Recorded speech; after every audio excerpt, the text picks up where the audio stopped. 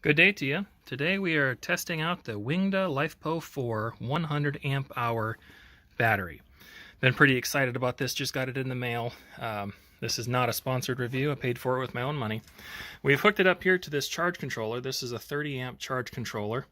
The battery itself is able to discharge at 50 amps according to the documentation, but that's just a little bit too much for my system. I've got a 30 amp system here. And you can see that it's holding right at 14.4 after the cells have had a chance to sit for a little while.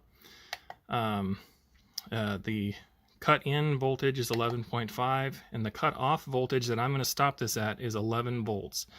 And the reason that I'm doing that is because if you look in the center of your screen there, this is the paperwork that comes with it, and it says that the BMS cuts out at 8.8 volts. And looking at that, 8.8 is so low. I didn't want to damage the battery. You can kind of look at the discharge current here. That purple line is what I'm looking at. By the time that it hits 8.8, the voltage is dropping like a rock. There's basically nothing left in the battery. So I'm not going to worry about that. I'm going to cut it off at 11. So it'll have just a little bit left in the battery, which is good because I'm not trying to destroy it as I'm testing it. So what I've got connected to it here is nothing. I've got the battery running straight up to my voltage tester, the load meter, and then it runs from there straight up into the battery port of the charge controller. You see that there's no solar panels hooked into it, so the only voltage is coming from the battery right now, and then it comes out of the charge controller and runs through back into, let's see if I can get back behind there so you can see there's no extra wires, runs right into that inverter. Out of the front of the inverter here, now this is a 3000 watt inverter, but I am not going to pull anywhere close to that. I'm actually going to be testing it closer to 220 watts.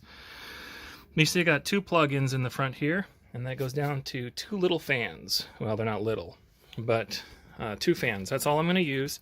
So my goal is to run this at about 20 amps. 20 is 1/5 of 100. So we should be following this, see if I can get it in focus here, this discharge curve right here. The green one is the one I'm looking at. So it's 0.2 is your 20 amps, 0.2 C. And so we should watch that voltage drop immediately as soon as I hook up the load, and then it should flatten out for about 5 hours is what I'm expecting. But we will see. So let me get this turned on in just a second here. Put the voltage meter up, or the load center. All right. So I'm going to turn on the inverter. The fans are off, so let's see what kind of wattage the inverter pulls by itself. 9.7, 9.6. Okay, and the next thing we're going to do is we're going to turn this floor fan on high. And we're going to watch our wattage.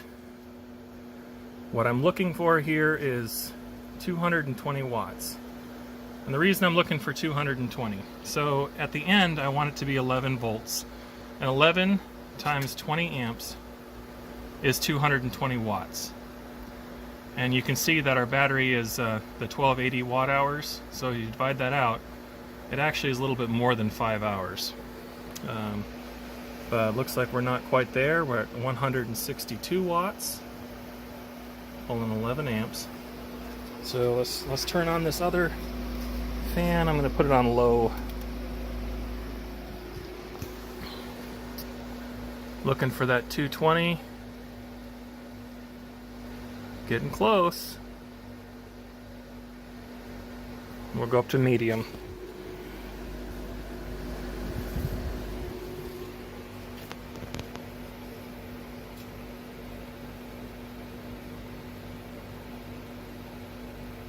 Well, I guess we can try high.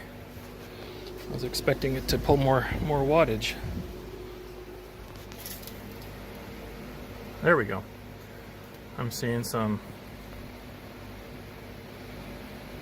mean, that's both fans on high, so that's as close as I can get to 220 right there. All right, so it's less than 220 watts. You can see that we are pulling 16 to 17 amps.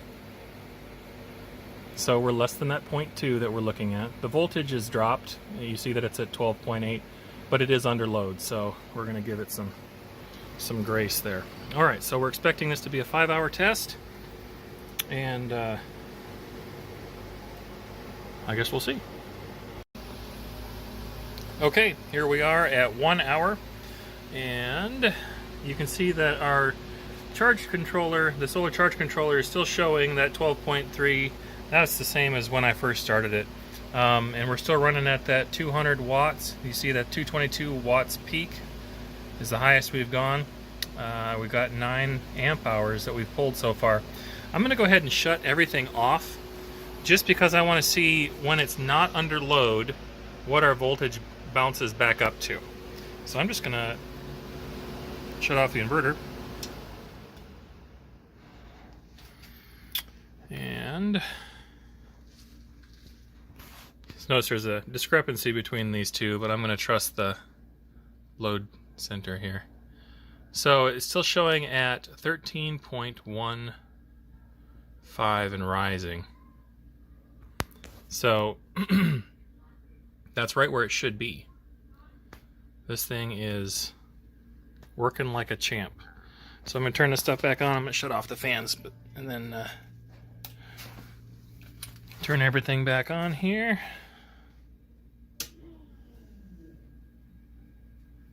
And let it get up to speed. And we're expecting this to run for several more hours, but so far it's working exactly as advertised. So I'm really pleased. One thing that I would say, let me switch the camera around here. So one thing that I would say about the WINGDA is that as soon as I made this order, they contacted me and said, hey, we got your order. And as soon as they showed that it was delivered, they got a hold of me and said, hey, we see that you've got it. I've really been impressed with their customer service, and so watching this this test go as it is, I'm pretty hopeful. I think this is going to be a good battery. So, all right, here we are after 2 hours, and we can see that we're still pulling the 190 watts. I have noticed something about this particular load tester. It does not do the amp hours or the watt hours correctly. So the amps times the volts does indeed equal the watts, but the total amps used and the watt hours used are not correct. And I've noticed this before, so I'm glad that I've got this hooked into the solar charge controller, because we've actually got a good number. We know that we're pulling 16 amps. It's been 2 hours. So as we're cycling through this, we should be able to see 16 amps times 2. There we go. 32 amp hours have been used. So 32 amp hours out of our 100 amp hour battery, we should have 2/3 of our battery left. And you can see that we're starting to lose a little bit of voltage there, but not much. So when we first fired this up on a fresh battery, it was just under 12.8, and then it was last hour it was at 12.6. So we're still in that same range after we've used 1/3 of the battery, and still seeing some good numbers here. So we're going to trust that we're still on track, but I wanted to give you a heads up that the last segment that I did, I mentioned the amp hours that are on here and the watt hours. These are not correct. These in this little corner down here, that's not correct. For whatever reason, this little load tester is not doing that correctly. But we can easily test it, knowing what we're using per hour. This 15-16 amps. We've gone for 2 hours, and that's easy math. 16 times 2. So here we go, and we're at 2 hours and still going strong. Hour number 3. We're still at that flat voltage. Nothing coming in. We're at 16.68 amps out, which comes out to 200 watts if you're doing the multiplication. 48 amp hours, still at that 16 amps per hour. So 48 amp hours, 100 amp hour battery, brings us up to just shy of half of this battery is gone now after 3 hours. And so that's 614 watt hours is what we've used. So we're at half of our battery is gone at 3 hours with 200 watts. Just what we were expecting. Alright, here we are 1 hour later, and we're down to that 12 volts. The amperage is increased because the voltage has dropped. We're up to 67 amp hours, so we're at 2/3. Another 1/3 to go. So expecting another hour and a half is what I'm thinking before this battery uses the full 100 amps. So we're right on track. Alright, here we are at hour 5. You see that we are starting to drop voltage. It's quite a bit of voltage drop as far as LiFePO4 goes. We're going to switch over and see. So we're at 18.1 amps now, with a total of 84 amp hours that have run. So there's 16 amp hours left. We're pulling more than 16 amp hours per hour now that the voltage has dropped. So I was anticipating originally, you can see that I was anticipating 49 minutes before we've used up the entire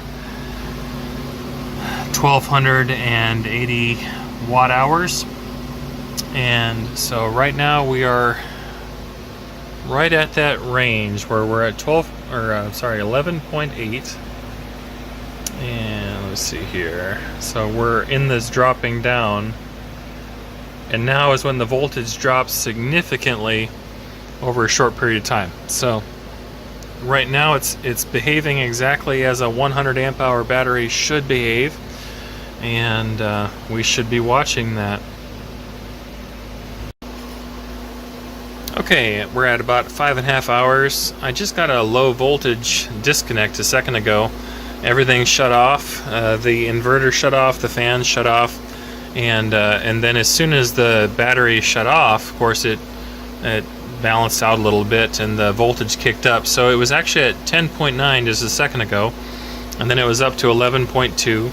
I went ahead and shut off the second fan, so it's just running the one right now, and it's still continuing to move. But the thing to point out here is that we're at that 11.1. The voltage has again kicked up, but I shut off that second fan, so that's why it's down in the 12s. But our total amperage hours now, we're at 96. So we're just shy of the 100 amp hours. But as I told you at the very beginning, I'm not gonna run it completely dead because I don't want to actually damage the individual cells. So at 11.1, we've got 1, maybe 2% of the battery left, and with 2% of the battery left, showing this at 96 amp hours, I'm going to say this is indeed a 100 amp hour battery. It's performed as expected. I've only pulled the 20 amps that I was talking about, actually closer to 15 amps the entire time, but it's rated at the 50 amps, and say this is a good product. I'm pleased that I purchased it, and I give this one a thumbs up.